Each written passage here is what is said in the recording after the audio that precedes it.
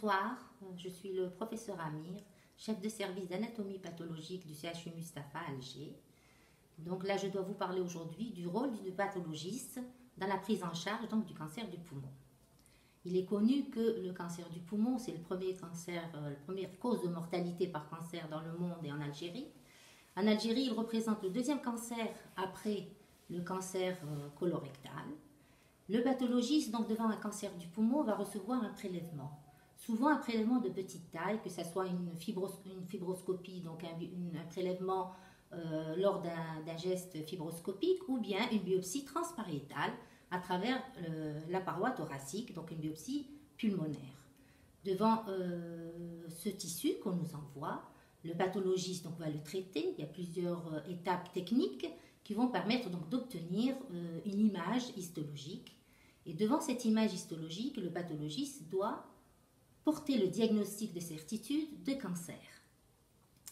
Alors avant, on nous disait qu'il fallait juste répondre cancer, ou bien après c'était carcinome à petites cellules ou carcinome non à petites cellules. Et avec les progrès qui ont été réalisés, dans le groupe des carcinomes non à petites cellules, on nous obligeait de faire la part des choses entre un carcinome épidermoïde et l'adénocarcinome. Pourquoi? Parce que les traitements, le pronostic était différent. Et donc, avec les progrès récents donc, de la biologie moléculaire, il y a eu vraiment un développement important, la découverte des facteurs oncogéniques, de la différenciation donc, dans le schéma oncogénique. Ils nous ont, on se sent obligé maintenant de faire beaucoup plus, c'est-à-dire de donner un diagnostic pratiquement moléculaire de ce cancer.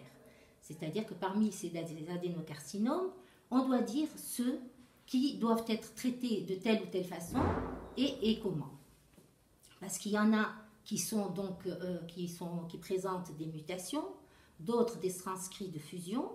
Et donc le pathologiste doit réaliser des techniques précises, que ce soit des techniques immunohistochimiques ou des techniques de biologie moléculaire, pour donner le profil moléculaire de ce cancer qui va permettre un traitement individualisé, un traitement spécifique. Donc toutes ces étapes demandent du temps et c'est un challenge pour le pathologiste parce qu'à partir d'un tout petit fragment biopsique, il faut faire de nombreux tests. Et c'est pour cela qu'on dépend donc des préleveurs, c'est pour cela qu'on travaille en réunion pluridisciplinaire avec le pneumologue, avec le chirurgien thoracique, avec les oncologues, avec les radiothérapeutes, etc., pour pouvoir améliorer, disons, la prise en charge de ces cancers. Parce que ces derniers temps, il y a eu encore d'autres découvertes, c'est l'immunothérapie. Donc là aussi, on doit réaliser une technique de plus, une technique immunohistochimique pour rechercher donc l'expression du PD-L1 qui, elle, va permettre d'instaurer ce traitement immunothérapique.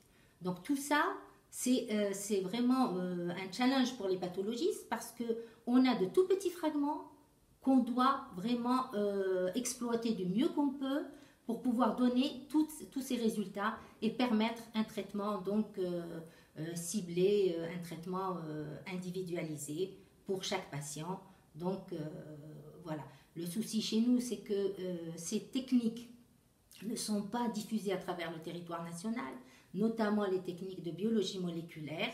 Et à ce moment-là, donc au CHU Mustapha, nous nous retrouvons donc à prendre en charge pratiquement tous les prélèvements qui sont réalisés à travers le territoire national pour pouvoir, disons, donner un traitement adéquat et aider les oncologues et les chirurgiens à mieux prendre en charge leurs patients.